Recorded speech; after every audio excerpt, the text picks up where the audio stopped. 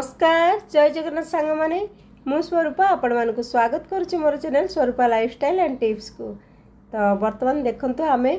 Era मरीचर मु बड़ा बनैबी बा मिर्ची पकुड़ी आ बड़ा आपण माने जहा कहि परिबे एरा बहुत टेस्टी बनि थाए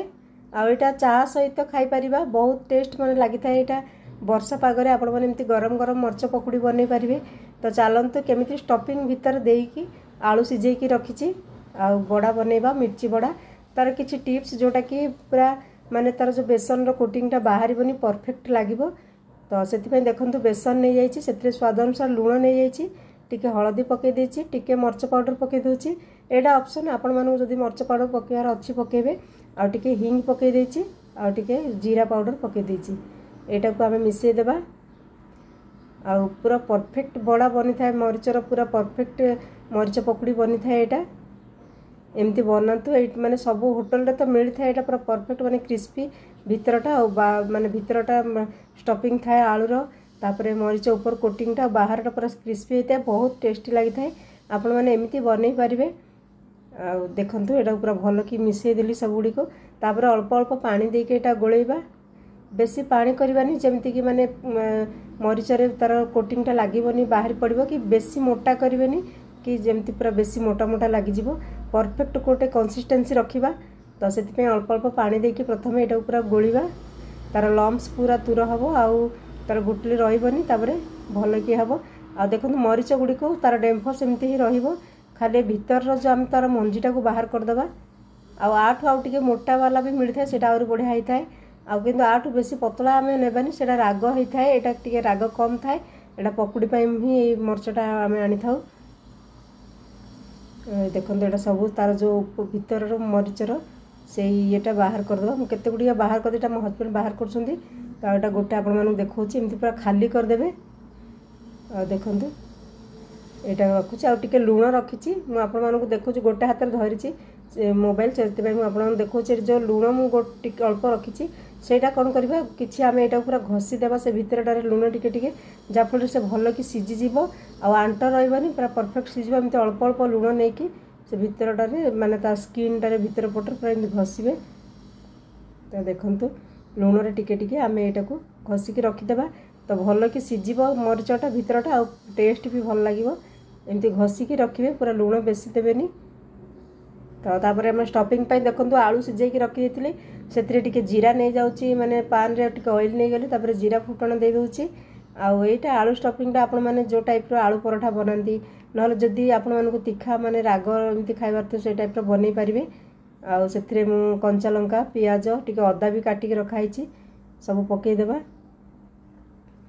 तो देखंतु अदा को टिके भाजी देबा तापरे कंचा लंका पूरा माने चॉप करी रखाइची पियाज मध्ये चॉप कर रखाइची आ एटा बहुत छोट छोट काटिबे बड़ बड़ काटिबे जेमि स्टफिंगटा भितरे भलो कि आलू रे मसलाटा देई हबो से टाइप रो ही पूरा सब चॉप करी काटिबे पूरा फाइन चॉप करी काटिबे।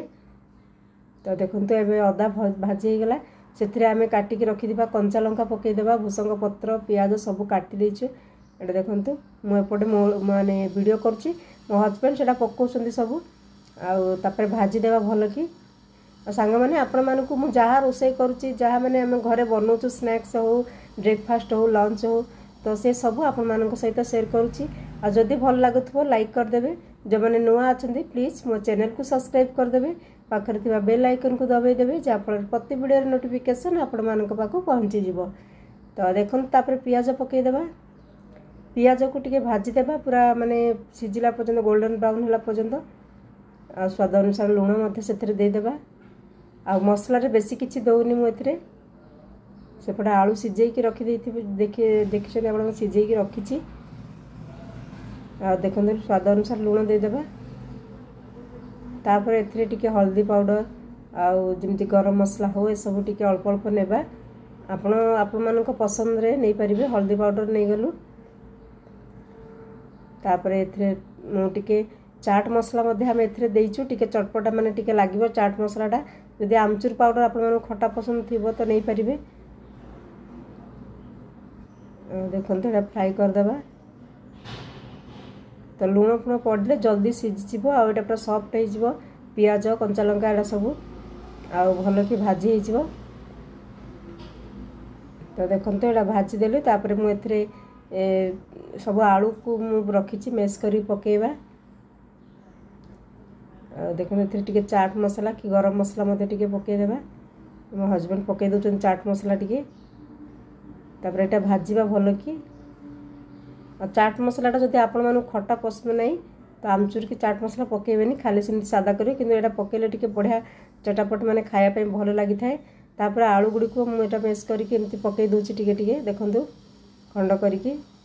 कौन पे आलू गुड़िक जदि आम पूरा फाइन पेस्ट कर पकेबा तो स्टफिंगटा भल हम तो सेटा मेस करके हाथ में ही पकई देकी तापर सेटा दाबी दाबी पूरा मसला सहित मिसईदेवा स्टफिंगटा आउ केमिति मो स्टफिंग देवी सेटा आपण देखिए तार गोटे टिप्स अच्छी जोटा कि आम एमती स्टफिंग देवा जहाँफल माने सेटा कोटिंगटा भल कि लगे देखूँ यहाँ भितर स्टफिंग देती तापर बाहर टिके आलू लगे देचु कंचा लंकार तो देखूँ केमती दौची गोटे आपण देखा पूरा सब अच्छी सफा भी करनी एवं पूरा कर सारापर एरिया सफा हम तो देखूँ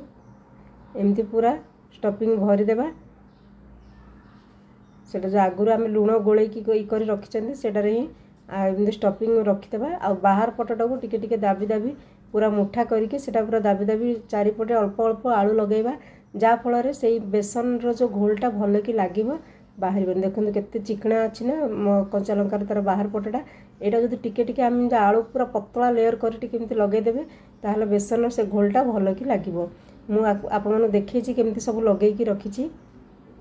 तो देखूँ एमती पूरा अल्प अल्प आलू नहीं कि गोलटा एमती कर रखीदेवा तो देखो सब टे लगे रखी जहाँफल बेसनटा पूरा परफेक्ट लगे आ देखते यहाँ आम बेसन रे गोल आगुरी गोटे भारी पकई सारे आपड़ से वीडियो कर पकईदेली तरतर आ देखते आम एमती बेसन रे गोल एमती छाणवा